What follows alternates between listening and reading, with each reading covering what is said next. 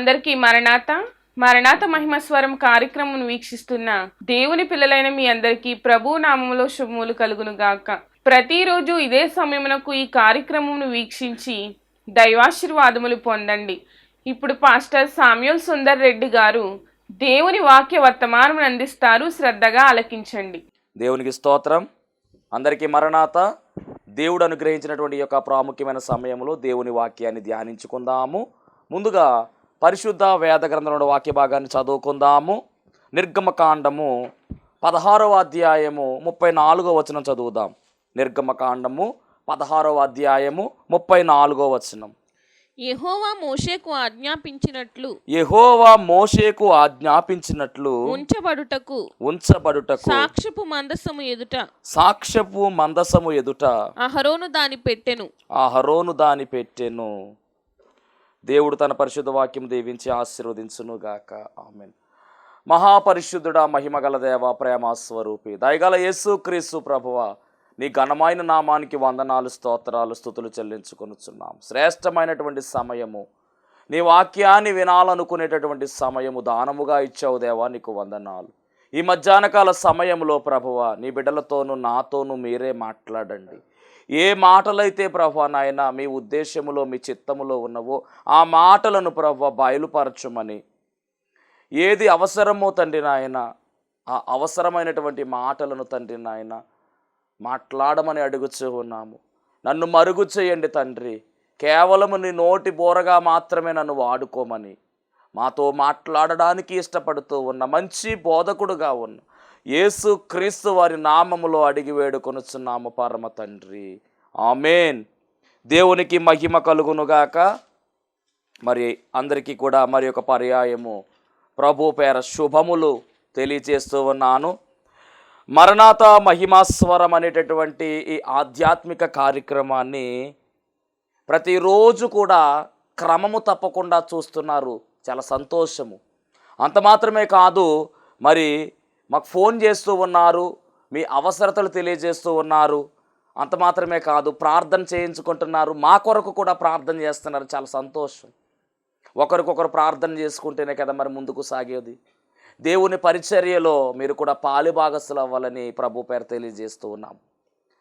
మరి దేవుని కృపను బట్టి అనేక మంది ఈ యొక్క కార్యక్రమం ద్వారా చాలా దీవెనలు పొందుకుంటున్నామని, వాక్యము చాలా చక్కగా మాకు అర్థమవుతుందని చెప్పి తెలియజేస్తూ ఉన్నారు. చాలా సంతోషం. మరి దేవుడే ఈ కార్యక్రమాన్ని జరిగిస్తూ ఉన్నారు. ఆయన కృప వల్లే ఈ కార్యక్రమము ముందుకు సాగుతూ ఉంది. దేవుని కృప లేనిదే మనము ఏమీ చేయలేము. దేవునికి స్తోత్రం. అర్హత లేనటువంటి మనకు అర్హత ఇవ్వడమే ఆయన కృప అయి ఉన్నది. కాబట్టి మరి ఈ మధ్యాహ్నకాల సమయాన్ని దానముగా ఇచ్చాడు. మరి ప్రాముఖ్యమైన సమయంలో దేవుని వాక్యంలోనికి వెళ్ళిపోదాము. ఈరోజు మరి ఒక అద్భుతమైనటువంటి అంశాన్ని మాట్లాడాలని ఆశపడుతూ ఉన్నాను. మందసము అనేది మనందరికీ తెలుసు. దేవుడు మందసమును నిర్మించమన్నట్టుగా ప్రత్యక్ష గుడారములో ఈ మందసము ఉండాలని దేవుడు ముందుగానే బయలుపరిచాడు. ఆ రీతిలోనే మరి నిర్గమకాండములో మందసము ఏ విధముగా నిర్మించాలో, ప్రత్యక్ష గుడారము ఏ విధముగా నిర్మించాలో, ప్రత్యక్ష గుడారములో ఏవే ఉపకరణములు ఉంచాలో ఇవన్నీ కూడా మరి మోషే గారికి దేవుడు బయలుపరిచి, అవి ఎలా నిర్మించాలో కూడా మోషే గారికి దేవుడు చూపించి, కొలతలిచ్చి ఏ వస్తువులు వాడాలో ఇవన్నీ కూడా మరి చెప్పడం జరిగింది. మోషే గారికి దేవుడు ఏ విధముగా అయితే బయలుపరిచాడో, ఏ విధంగా అయితే చూపించాడో, ఏ విధంగా అయితే చెప్పాడో అట్టి రీతిగా మరి ఆ నిర్మాణం అంతా కూడా పూర్తి చేసినట్టుగా మనం చూస్తూ ఉన్నాం. దేవునికి స్తోత్రం. మరి దేవుడు మహాకృపను బట్టి ఈరోజు మందసము గురించి మనము నేర్చుకునే ప్రయత్నం చేద్దాం. ఎందుకంటే చాలా విలువైనటువంటి అంశం ఇది. మందసము అనేటటువంటి మాట పరిశుద్ధ గ్రంథములో మొట్టమొదటిగా ఎక్కడ ప్రారంభమైందో చూస్తే కనుక 16వ అధ్యాయము, నిర్గమకాండం 16వ అధ్యాయము 4వ వచనం చదువుదాం ఒకసారి. అక్కడే మొట్టమొదటిగా ప్రారంభం. యెహోవా మోషేను చూచి యెహోవా మోషేను చూచి ఇదిగో నేను ఆకాశము నుండి మీ కొరకు ఆహారమును కురిపించెదను. వారు నా ధర్మశాస్త్రమును అనుసరించి ఒక్క మాట, నడుచుకోలేదో అని. ధర్మశాస్త్రము అనేటటువంటి మాట అక్కడ ప్రారంభమైందండి. తరువాత మనం గమనిస్తే ఈ అధ్యాయంలోనే మందసము కనపడుతుంది. చదువుదాం 23వ వచనం. అందుకు అతడు యెహోవా చెప్పిన మాట ఇది. రేపు విశ్రాంతి దినము, అది యెహోవాకు పరిశుద్ధమైన విశ్రాంతి దినము. మీరు కాల్చుకొనవలసినది కాల్చుకొనుడి, మీరు వండుకొనవలసినది వండుకొనుడి. ఉదయం వరకు మిగిలినదంతయు మీ కొరకు ఉంచుకొనుడని వారితో చెప్పెను. దేవునికి మహిమ కలుగును గాక. అలాగే 34వ వచనం చదువుదాం ఒకసారి. 34వ యెహోవా మోషేకు ఆజ్ఞాపించినట్లు ఉంచబడుటకు సాక్ష్యపు మందసము ఎదుట అహరోను దాని పెట్టెను. నేను ఎందుకు ఈ మాటలు చదివించానంటే, ధర్మశాస్త్రము అలాగే విశ్రాంతి దినము అలాగే అదే అధ్యాయములో వీటి తర్వాత వచ్చినదే మనం గమనించినట్లయితే సాక్ష్యపు మందసం. ధర్మశాస్త్రము బయలుపరిచాడు దేవుడు. ఆ క్రమము తరువాత విశ్రాంతి దినము గురించి దేవుడు మాట్లాడారు. అలాగే ఆ లైన్లోనే దేవుడు చెప్పినటువంటి మాట సాక్ష్యపు మందసము. అనగా టోటల్గా మనం గమనించినట్లయితే సాక్ష్యపు మందసం అనేటటువంటి మాట ఎక్కడ ప్రారంభమైందంటే, నిర్గమకాండము 16వ అధ్యాయము 23వ వచనములో ఈ మాట ప్రారంభమైంది.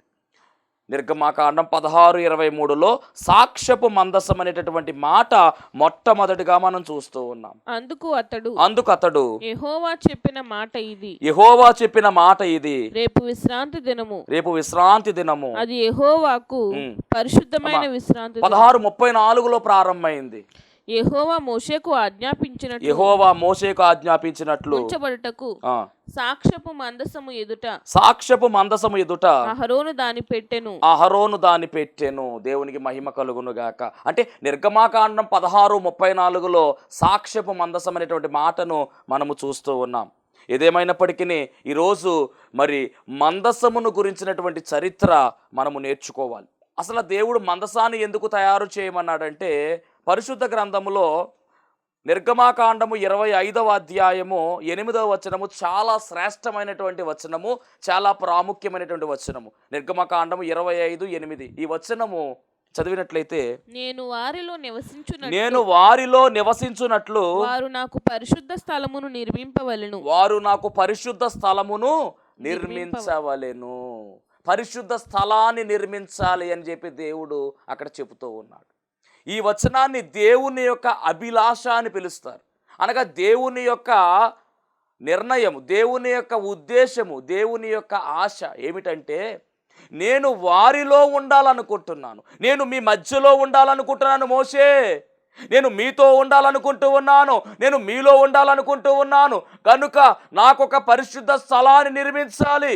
ఎందుకంటే ఆయన పరిశుద్ధుడు, సైన్యములకు అధిపతి యెహోవా పరిశుద్ధుడు పరిశుద్ధుడు పరిశుద్ధుడు అని నిత్యము దూతలతో కొనియాడబడుతున్నాడు. కనుక ఆ పరిశుద్ధుడైనటువంటి దేవుడు మరి మన మధ్యలో ఉండాలి అంటే ఖచ్చితముగా పరిశుద్ధమైన స్థలము కావాలి. కనుక దేవుడు అంటున్న మాట ఏమిటంటే, మోషే పరిశుద్ధ స్థలాన్ని నిర్మించు, నేను మీతో ఉంటాను, మీలో ఉంటాను అని ఆయన కోరుకుంటూ ఉన్నాడు. ఇది దేవుని యొక్క అభిలాష అయి ఉన్నది. అనగా మనము సేవిస్తున్న దేవుడు ఎక్కడో ఉండడము కాదు, కానీ మనతోనే ఉండాలని ఆశపడుతూ ఉన్నాడు. మనతోనే ఉండాలని, మన కూడా ఉండాలని, మనలోనే ఉండాలని ఆయన అభిలాష అయి ఉన్నదన్న విషయాన్ని ప్రభు పేర మీకు తెలియజేస్తూ ఉన్నాను. అందుకనే నిన్ను విడువను, నిన్ను ఎడబాయను అనే మాట నిన్ను చూచే దేవుడుగా ఉన్న దేవుడు పలుకుతున్నాడు. దేవునికి స్తోత్రం. ఎంత గొప్ప దేవుడో చూడండి. మరి అందుకోసం ఈ ప్రత్యక్ష గుడారాన్ని నిర్మించమంటూ ఉన్నాడు. ఈ ప్రత్యక్ష గుడారము అనగా మొట్టమొదటిగా మందిరం అన్నమాట. మొదటిగా మందిరము, దీనినే మందిరం అని పిలిచారు, దేవాలయం అని పిలిచారు, గుడారం అని పిలిచారు, ప్రత్యక్ష గుడారం అని పిలిచారు. దేవునికి స్తోత్రం. ఇన్ని పేర్లు ఉన్నాయి. మొత్తానికి ఈ ప్రత్యక్ష గుడారము నిర్మించడం గురించి, దీని నిర్మాణం గురించి, ఏ వస్తువులు తయారు చేయాలో ఇవన్నీ కూడా మోషే గారికి దేవుడు బయలుపరిచాడు. ఎక్కడ ఇదంతా జరుగుతుందంటే కొండ మీదకు వెళ్ళాడు మోషే. 24వ అధ్యాయము 18వ వచనం. ఉపవాసము మొట్టమొదటిగా కనబడుతుంది అక్కడే మనకి. 24:18. అప్పుడు మోషే ఆ మేఘములో ప్రవేశించి కొండ మీదకి ఎక్కెను. మోషే ఆ కొండ మీద రేయింబగళ్ళు 40 దినములుండెను. 40 దినాలు రేయింబగలు ఉన్నాడు. అన్నపానములు లేవు. అలా ఉన్నటువంటి మోషేకు దేవుడు ప్రత్యక్షమై దేవుడు చెబుతున్నటువంటి మాట, దేవుని ఉద్దేశము, ప్రత్యక్ష గుడారము నిర్మించాలి మోషే అని ఆయన బయలుపరిచాడు. ఎలా నిర్మించాలి అంటే కనుక 3 భాగాలుగా నిర్మించమన్నాడు దేవుడు. దానిలో మొదటి భాగాన్ని ఏమన్నారంటే ఆవరణం అన్నారు. ఎంట్రన్స్, మెయిన్ గేట్ అనమాట, అది ఆవరణము. రెండవది పరిశుద్ధ స్థలము, మూడవది అతి పరిశుద్ధ స్థలము. ఆవరణములో ఏ వస్తువులు ఉంచాలో దేవుడు చెప్పాడు, అలాగే పరిశుద్ధ స్థలములో ఏ వస్తువులు ఉంచాలో చెప్పాడు. అలాగే మనం గమనించినట్లయితే అతి పరిశుద్ధ స్థలంలో ఏ వస్తువులు ఉంచాలో దేవుడు స్పష్టంగా చెప్పాడు. మొత్తానికి 7 రకాలు కలిగినటువంటి 7 రకాల ఐటమ్స్, 7 రకాల వస్తువులు ఈ ప్రత్యక్ష గుడారములో ఉండాలి అని దేవుడు బయలుపరచడం జరిగింది. మనం గమనించినట్లయితే మొట్టమొదటిగా ఉన్నటువంటి ఆవరణములో, ఓపెన్ కోర్ట్ అంటారు దీన్ని, ఆవరణము. ఈ ఆవరణములో ఏ ఉండాలి అంటే కనుక గమనించినట్లయితే మొట్టమొదటిగా బలిపీఠము ఉండాలి, ఆ తరువాత గంగాళము ఉండాలి. ఈ 2 కూడా ఆవరణములో ఉండాలని దేవుడు బయలుపరిచాడు. తర్వాత ఆవరణమును దాటుకుని వచ్చిన తర్వాత పరిశుద్ధ స్థలమే ఎంటర్ అవుతుంది. ఆ పరిశుద్ధ స్థలములో ఏముండాలి అంటే ధూపవేదిక. మనం నిలబడి చూస్తూ ఉంటే స్ట్రైట్గా ఎదురుగా ధూపవేదిక ఉండాలి. ఆ తర్వాత కుడి చేతిన వైపున మనం గమనించినట్లయితే కనుక దీపవృక్షము ఉండాలి. ఎడమ చేతి వైపు మనం గమనించినట్లయితే కనుక దానికి ఆపోజిట్గా సన్నిధి సముఖపు రొట్టెల బల్ల ఉండాలని చెప్పడం జరిగింది. అనగా పరిశుద్ధ స్థలంలో 3 వస్తువులు, ధూపవేదిక, దీపవృక్షము, అలాగే సన్నిధి రొట్టెల బల్ల లేదా సముఖపు రొట్టెల బల్ల అని పిలుస్తారు, ఉండాలి అని దేవుడు చెప్పడం మనం చూస్తూ ఉన్నాము. అనగా 3 వస్తువులు. అలాగే పైకి వెళితే కనుక అనగా పరిశుద్ధ స్థలము పైన ఉండేటిది అతి పరిశుద్ధ స్థలము, మధ్యలో రెండింటికి మధ్యలో తెర ఉంటుంది. ఈ అతి పరిశుద్ధ స్థలంలో ఏముండాలి అంటే కనుక ఇప్పుడు మనం మాట్లాడుకుంటున్నటువంటి సాక్ష్యపు మందసము ఉండాలి. ఆ సాక్ష్యపు మందసం మీద కరుణాపీఠము ఉండాలి. ఆ కరుణాపీఠం మీద కెరూబులు ఉండాలి. అనగా దీన్ని మనం ఎలా చెప్తున్నామంటే సాక్ష్యపు మందసము అలాగే కరుణాపీఠము, ఇవి 2 కూడా అతి పరిశుద్ధ స్థలములో ఉండాలి. అతి పరిశుద్ధ స్థలములో 2 వస్తువులు, అలాగే పరిశుద్ధ స్థలములో 3 వస్తువులు, ఆవరణములో 2 వస్తువులు. టోటల్గా మనం చూసినట్లయితే కనుక 7 రకాల వస్తువులు ప్రత్యక్ష గుడారములో మెయిన్గా దేవుడు పెట్టమని చెబుతూ ఉన్నాడు. వాటిని ఎలా తయారు చేయాలో కొలతలు కూడా దేవుడు మరి ఈ 25వ అధ్యాయము అలాగే 26వ అధ్యాయము లైన్గా మరి వాటి తయారీ గురించి దేవుడు చాలా స్పష్టంగా తెలియజేసినట్టుగా మనం చూస్తూ ఉన్నాము. 25వ అధ్యాయం మొదలు పెట్టుకుని 31 వరకు కూడా ఈ నిర్మాణం యొక్క క్రమం అంతా కూడా దేవుడు బయలుపరిచాడు. అనగా 3 భాగాలుగా ఈ ప్రత్యక్ష గుడారం నిర్మించాలి. ఆవరణము మొట్టమొదటిగా, రెండవది పరిశుద్ధ స్థలము, మూడవది అతి పరిశుద్ధ స్థలము అని చెప్పారు. ఆవరణములో ఉండవలసినటువంటి వస్తువులు మనం గమనించినట్లయితే కనుక బలిపీఠము అలాగే గంగాళము. పరిశుద్ధ స్థలంలో ఉండవలసిన వస్తువులు ధూపవేదిక, దీపవృక్షము, సన్నిధి రొట్టెల బల్ల. అలాగే అతి పరిశుద్ధ స్థలంలో ఉండవలసిన వస్తువులు ఏమిటంటే కనుక మనం మాట్లాడుకుంటున్నటువంటి సాక్ష్యపు మందసము, ఆ మందసం మీద కరుణాపీఠము, ఈ 7 వస్తువులు. రైట్, ఈరోజు మరి మన అంశం ఏమిటంటే మందసము అనగా సాక్ష్యపు మందసము లేదా మందసము గురించి మనం మాట్లాడుకుంటున్నాము. కాబట్టి చదువుదాం ఏ విధంగా తయారు చేయమన్నాడు, తయారీ చూద్దాం. నిర్గమకాండము 25వ అధ్యాయము 10వ వచనము నుంచి. వారు తుమ్మకర్రతో ఒక మందసము చేయవలెను. ఈ మందసము తుమ్మకర్రతో చేయాలి. దాని పొడుగు 2 మూరలున్నర. దాని పొడుగు 2 మూరలున్నరా. దాని వెడల్పు 3 మూరెడున్నర. దాని ఎత్తు 3 మూరెడున్నర. దాని ఎత్తు కూడా 3 మూరెడున్నర. దాని మీద మేలిమి బంగారు రేకు పొదిగింపవలెను. అంటే ఈ మందసాన్ని ఎలా చేయమంటున్నాడు దేవుడు అంటే కొలతలిచ్చాడు, పొడవు చెప్పాడు, వెడల్పు చెప్పాడు, ఎత్తు చెప్పాడు. దేవునికి స్తోత్రం. పొడవు 2.5 మూరలు అన్నారు, వెడల్పు ఎత్తు కూడా సమానంగానే చెప్పారు. ఏదేమైనప్పటికీ 2 రకాల వస్తువులు వాడమన్నాడు దేవుడు. ఒకటి తుమ్మకర్రతో చేయాలి. తుమ్మకర్ర, నల్ల తుమ్మకర్ర అందరికీ తెలుసు, ముళ్ళుతూ ఉంటుంది. ఆ తుమ్మకర్రతో ఈ యొక్క మందసాన్ని చేయాలి. చేసినటువంటి ఈ యొక్క మందసము పైన మరి బంగారు రేకు పొదిగించాలి. అనగా ఇది 2 రకాల వస్తువుల కలయిక. ఒకటి తుమ్మకర్ర, 2 మేలిమి బంగారం. 2 కూడా భూమిలోంచి వచ్చాయి. తుమ్మకర్ర, మేలిమి బంగారం. లోపల తుమ్మకర్ర ఉంటుంది, బయటికి కనపడదు, కానీ పైన పోత పోయమంటూ ఉన్నాడు. ఏమిటంటే కనుక బంగారము పైన పొదగమంటూ ఉన్నాడు. 2 రకాల వస్తువులతో ఈ మందసము తయారు చేయమని కొలతలు కూడా ఇవ్వడం జరిగింది. ఇదంతా కూడా నిర్గమకాండము 25వ అధ్యాయము 10 నుంచి 22 వరకు ఉన్నటువంటి మాటలు.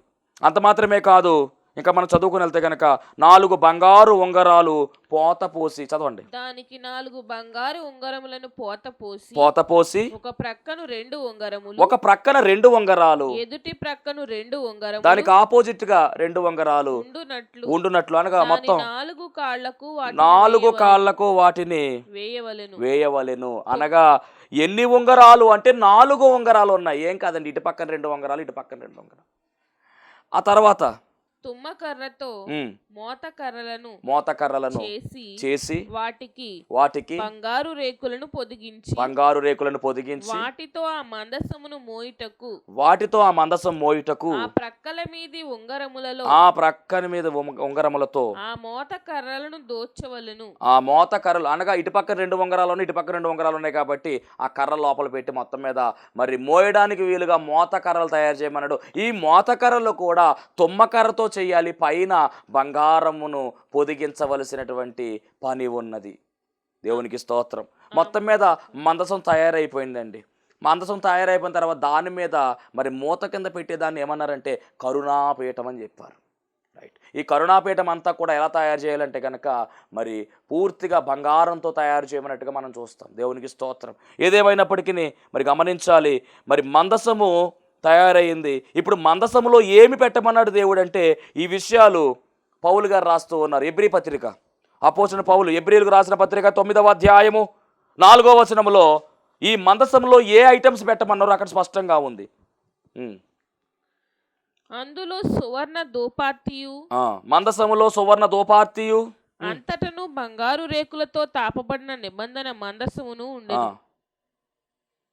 ఎబ్రీ పత్రిక 9:4.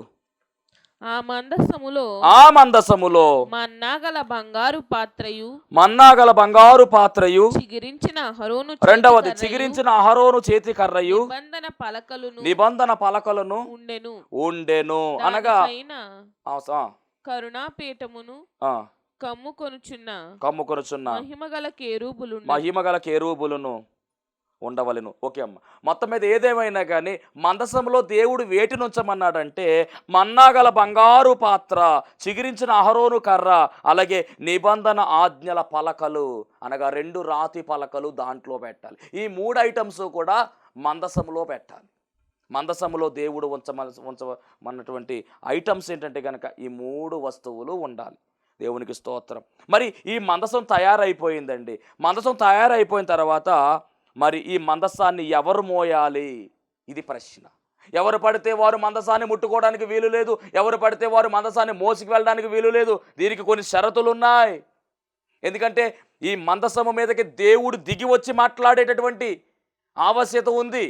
దేవుడు మరి దిగి వచ్చి మాట్లాడే స్థలమే ఈ మందసం అయి ఉన్నది. కనుక మందసము చాలా ప్రాముఖ్యమైనది. మందసం దగ్గర చాలా జాగ్రత్తగా ఉండాలి. మరి ఈ మందసాన్ని ఎవరు మోయాలి అంటే కనుక చదువుదాం. ద్వితీయోపదేశకాండం 10వ అధ్యాయము 8వ వచనము. నేటి వరకు జరుగునట్లు యెహోవా నిబంధన మందసమును మోయుటకు యెహోవా సన్నిధిని నిలుచుటకును ఆయనను సేవించి ఆయన నామమును బట్టి దీవించుటకును లేవి గోత్రపు వారిని ఆ కాలమున యెహోవా ఏర్పరచుకొనెను. అనగా మందసాన్ని మోయడానికి, అలాగే యెహోవా సన్నిధిని నిలవడానికి, అలాగే జనులను దీవించడానికి దేవుడు ఎవరిని ఏర్పాటు చేసుకున్నాడంటే లేవీయులను ఏర్పాటు చేసుకున్నాడు. లేవీ గోత్రాన్ని దేవుడు ప్రత్యేకపరుచుకున్నాడు. దేవుని పని నిమిత్తము, దేవుని పనిలో వాడబడేటటువంటి బాధ్యత, మందిరము యొక్క బాధ్యత, మందిరం యొక్క పని ఎవరిది అంటే కనుక లేవీయులదు. లేవీ గోత్రాన్ని దేవుడు ప్రత్యేకపరుచుకున్నాడు. దేవునికి స్తోత్రం. మరి ఈ లేవీయులు ఈ మందసాన్ని మోయాలి. మరి లేవి గోత్రములో ఎవరు మోయాలి? మరి దాంట్లో కూడా ఒక ప్రత్యేకత ఉంది. ఎవరు మోయాలి అంటే గనక చదువుకుందాం. సంఖ్యాకాండము 3వ అధ్యాయము 5 నుంచి చదువుదాం. మరియు యెహోవా మోషేకు ఇలాగు సెలవిచ్చెను, నీవు లేవి గోత్రికులను తీసుకుని వచ్చి వారు అతనికి పరిచారకులుగా ఉండునట్లు యాజకుడైన అహరోను ఎదుట వారిని నిలువబెట్టుము. వారు ప్రత్యక్షపు గుడారమును ఎదుట మందిరపు సేవ చేయవలెను. మందిరపు సేవ మాత్రమే వారు చేయాలి. తాము కాపాడవలసిన దానిని సర్వ సమాజము కాపాడవలసిన దానిని వారు కాపాడవలెను. రైట్. మొత్తం మీద ఆ యొక్క మందిరం పని, అలాగే మందిరం సంబంధించినటువంటి వస్తువుల పని, ఇదంతా కూడా లేవీలే చేయాలి. పొరపాటున ఒకవేళ అన్యులు ఎవరైనా వస్తే కనుక, అనగా లేవీ గోత్రం కాని వారు ఎవరైనా ఎంటర్ అయితే, లేదా అన్యులు ఎవరైనా ఎంటర్ అయితే ఏం జరుగుతుందో రాశారు చూడండి. 10వ వచనం 3:10. నీవు అహరోనును అతని కుమారులను నియమింపవలెను. వారు తమ యాజక ధర్మమును అనుసరించి నడుచుకొందురు. అన్యుడు సమీపించిన ఎడల వాడు మరణ శిక్ష నొందును. అదండి, చాలా జాగ్రత్తగా ఉండాలి. ప్రత్యక్ష గుడారము దగ్గర జాగ్రత్తగానే ఉండాలి, మందసము దగ్గర కూడా జాగ్రత్తగానే ఉండాలి. అందుకనే మందిరములో నీ ప్రవక్తన జాగ్రత్త. మందిరములో ఎలా పడితే అలా ఉంటున్నావేమో, చాలా జాగ్రత్త. దేవుడు దిగి వచ్చే స్థలం అది, దేవుని మహిమ దిగి వచ్చే స్థలం అది. దేవుడే స్వయముగా మందిరములోనికి వస్తాడు. ఎక్కడ 2-3 నా నామమును కూడి ఉంటారో వారి మధ్యలో నేను ఉంటానని వాగ్దానం చేసినటువంటి దేవుడు, ఆరాధన జరిగే సమయములో, దేవుని వాక్య ప్రకటన జరిగే సమయములో, మందిరములో అందరూ కూడుకున్న సమయములో దేవుని అభిషేకము ఖచ్చితముగా ఉంటుంది. కనుక అలాంటి సమయములో నీవు నిర్లక్ష్యముగా ఉంటున్నావేమో, జాగ్రత్త. మందిరములో నీ ప్రవక్తన జాగ్రత్త. దేవుని మాటలు శ్రద్ధగా ఆలకించాలి, దేవుని మాటలు శ్రద్ధగా వినాలి, దేవుని మాట చొప్పున మనము నడుచుకోవాలి. ప్రతి విషయంలో కూడా చాలా జాగ్రత్తగా మనము ఉండాలి. దేవునికి స్తోత్రం, హల్లెలూయా. మరి ఇంకా ముందుకు వెళ్ళినట్లయితే కనుక ఈ లేవీల్లోనండి ఒక ప్రత్యేకత దేవుడు ఏర్పాటు చేశాడు. లేవి అనగా యాకోబుకు లేయాకు పుట్టినటువంటి 3వ సంతానము లేవి. ఈ లేవి గారికి 3 కుమారులు ఉన్నారు. ఈ 3 కుమారుల్ని కూడా దేవుడు 3 కేటగిరీలుగా విభజించి ప్రత్యక్ష గుడారములో పని నిమిత్తము దేవుడు ఒక ప్రత్యేకంగా ఏర్పాటు చేసుకున్నాడు. దేవునికి స్తోత్రం. అందరికీ ఒక రకమైన పని కాదు. దేవుడి పనిలో కూడా మరి ఎవరి స్థాయిని బట్టి వారికి పని దేవుడు అనుగ్రహించాడు. ఎవరు చేయవలసిన పని అది దేవుడు నిర్ణయించేశాడు ముందుగానే. ఈ లేవి అనేటటువంటి వ్యక్తికి 3 కుమారులు ఉన్నారు. వారు ఎవరంటే కనుక మొట్టమొదటిగా గెర్షోను, 2వ ఆయన కహాతు, 3వ ఆయన మెరారి. ఈ గెర్షోను, కహాతు, మెరారి వీరిలో దేవుడు ప్రత్యేకపరుచుకున్నటువంటి వారు ఎవరు అంటే కహాతీయులు. ఈ కహాతీయులు మందిరములో ఉన్నటువంటి పనులో వారు ఖచ్చితముగా పాలిభాగసులు కావాలి. అనగా మందిరములో ఉన్నటువంటి ఈ మందసము సంబంధించినటువంటి వస్తువులన్నీ కూడా ఈ కహాతీయులే చూచుకోవాలి. అనగా అతి పరిశుద్ధ స్థలములో ఉన్నటువంటి వస్తువుల సంగతి ఈ కహాతీయులు చూచుకోవాలి. చదువుతాం ఒకసారి. 4వ అధ్యాయము సంఖ్యాకాండం 4వ అధ్యాయము 4వ వచనం. అతి పరిశుద్ధమైన దాని విషయములో ప్రత్యక్షపు గుడారమునందు కహాతీయులు చేయవలసిన సేవ ఏదనగా దండు ప్రయాణమైనప్పుడు అహరోనును అతని కుమారులను లోపలికి వచ్చి అడ్డుతెరను దించి దానితో సాక్ష్యపు మందసము కప్పి దాని మీద సముద్ర వత్సల చర్మమయమైన కప్పును వేసి దాని మీద అంతయు నీల వర్ణము గల బట్టను పరచి దాని మోతకర్రలను దోచవలెను. సన్నిధి బల్ల మీద నీలి బట్ట 4:15 చదువు డైరెక్ట్ గా 4:15. అంటే అనగా మొత్తం ఈ ఐటమ్స్ అన్ని కూడా వీళ్ళే ప్యాక్ చేయాలన్నమాట. దండు ప్రయాణమైనప్పుడు అహరోనును అతని కుమారులను పరిశుద్ధ స్థలము యొక్క ఉపకరణములన్నిటినీ కప్పుట ముగించిన తరువాత కహాతీయులు దాని మోయ రావలెను. అయితే వారు చావక యుండునట్లు పరిశుద్ధమైన దానిని ముట్టకూడదు. ఇవి ప్రత్యక్షపు గుడారములో కహాతీయుల భారము. అదండి. అంటే కహాతీయులలో గమనించాలి, ఈ అహరోను కుమారులు ఇవన్నీ ప్యాక్ చేసిన తర్వాత పరిశుద్ధ స్థలంలో ఉన్నటువంటి వస్తువులు వాటిని మోయడానికి ఎవరు రావాలంటే కహాతీయులు రావాలి.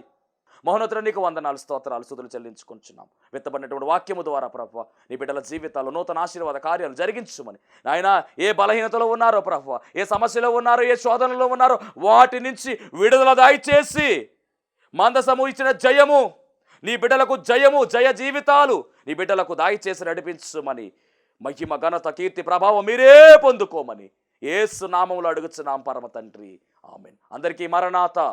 మన్నాత అండి. అయ్యగారికి అమ్మగారికి మన్నాత అండి. మా అమ్మాయికి అయితే వివాహం జరగట్లేదనేసి అయ్యగారి చేత ప్రార్థన చేయించుకున్నామండి. అవి వెంటనే వివాహం అయ్యిందండి. మళ్ళీ బాబుకు కూడా అనుకోని రీతిలో వివాహం జరిగిందండి. ఇప్పుడు కోళ్ళకైతే గర్భఫలం అండి దేవుడు ఇచ్చాడండి. మరి అలాగే ఈ 3 కూడా ఈ చర్చకు వచ్చిన తర్వాత అండి అన్నీ కూడా సక్రమంగా జరిగినాయండి. దేవుడు దీవించునుగాక, ఆమేన్. మరి కుమార్తె చెప్పినటువంటి సాక్ష్యం మీకు అర్థమై ఉంటుంది. వీరిది జొన్నాడ అనేటువంటి ప్రాంతము. జొన్నాడ నుంచి పెదపూడినటువంటి శాలకు వీరు రావడం జరిగింది. అమ్మాయి కొరకు ప్రత్యేకించి అంశం పెట్టుకున్నారు వివాహం జరగాలని. దేవుడు అద్భుతమైనటువంటి రీతిలో మరి చక్కని సంబంధాన్ని ఏర్పాటు చేసి వివాహం జరిగించారు. అలాగే అబ్బాయి విషయంలో వీరికి ఒక కుమారుడు ఉన్నారు. కుమారుడు విషయంలో కూడా దేవుడు కార్యం జరిగించి వివాహ కార్యక్రమాన్ని ఘనముగా ఇరువురికి జరగడానికి దేవుడు కృప చూపించాడు. అంత మాత్రమే కాదు, మరి కోడల యొక్క గర్భఫలాన్ని కూడా ఆయన తెరచి ఈ 3 కార్యాలు వీరి జీవితంలో దేవుడు జరిగించడం జరిగింది. అద్భుతమైన రీతిలో మరి దూర ప్రాంతం నుంచి శాలకు రావడము, దేవుడు వీరి జీవితాల్లో ఇలాంటి అద్భుతమైన కార్యం జరిగించడము దేవునికి మహిమ కలుగును గాక. దేవుడి సాక్ష్యాన్ని దీవించును గాక, ఆమేన్. దేవునికి స్తోత్రం. అందరికీ వందన తెలియజేస్తున్నాను. మరణాత మహిమస్వరం అనే ఆధ్యాత్మిక కార్యక్రమాన్ని వీక్షిస్తున్న మీ అందరికీ కూడా మరి ఒక పర్యాయము ప్రభు పేర వందన తెలియజేస్తూ ఉన్నాను. మరి ఈ కార్యక్రమము ఎంతో ఆశీర్వాదంగా ఉందని, ఈ కార్యక్రమం ద్వారా ఎన్నో మేళ్లు పొందుకున్నామని మరి మీరందరూ కూడా ఫోన్ కాల్ చేస్తూ ఉన్నారు. చాలా సంతోషము. ఎన్నో అద్భుత ఆశ్చర్యకార్యాలు దేవుడు ఈ కార్యక్రమం ద్వారా జరిగిస్తున్నారు. దేవుని నామమునికి మహిమ కలుగునుగాక. మరి మీరు చూస్తున్నటువంటి ఈ యొక్క షెడ్ గురించి గతంలో మీకు చెప్పడం జరిగింది. యజమానుడు మరి దీన్ని బేరం పెట్టారని చెప్పేసి, దీన్ని తీసుకుంటే ఇక్కడ ఆరాధన జరుగుతుంది, లేకపోతే మనం బయటికి వెళ్ళాలనేటువంటి పరిస్థితిని మీకు చెప్పినందుకు చాలామంది మరి సహకరించారు. కొంతమంది మరి అమౌంట్ పంపించడం జరిగింది, అలాగే ప్రార్థన చేయడం జరిగింది. దేవుని మహాకృపను బట్టి పంపించినటువంటి కొంత అమౌంట్ మరి యజమానుడికి కట్టడం జరిగింది. ఇంకా చాలా అమౌంట్ మనము వారికి ఇవ్వాల్సి ఉంది. కనుక మరి ఈ కార్యక్రమాన్ని వీక్షిస్తున్నటువంటి మీకు ఎవరికైనా కనుక ప్రేరేపణ కలిగినట్లయితే కనుక మరి మీ వంతు సహకారాన్ని అందించండి. ఈ దేని సేవకునికి మీ యొక్క సహకారం అందించి ఈ సేవను మరి ముందుకు వెళ్ళేలాగా సహకరించవలసిందిగా ప్రభు పేరు తెలియజేస్తూ ఉన్నాను. మీకు ఎవరికైనా కనుక మరి ప్రేరేపణ కలిగినట్లయితే కనుక స్క్రీన్ మీద కనపడుతున్నటువంటి ఆ నెంబర్కి ఫోన్పే చేయండి, లేదా ఫోన్ చేసినట్లయితే కనుక నేనే స్వయంగా మాట్లాడతాను. మీ సహకారాన్ని అందించండి. ప్రభు పనిలో మీరు కూడా పాలి భాగస్తులు కావాల్సిందిగా ప్రభు పేరు తెలియజేస్తున్నాను. అందరికీ మరణాత.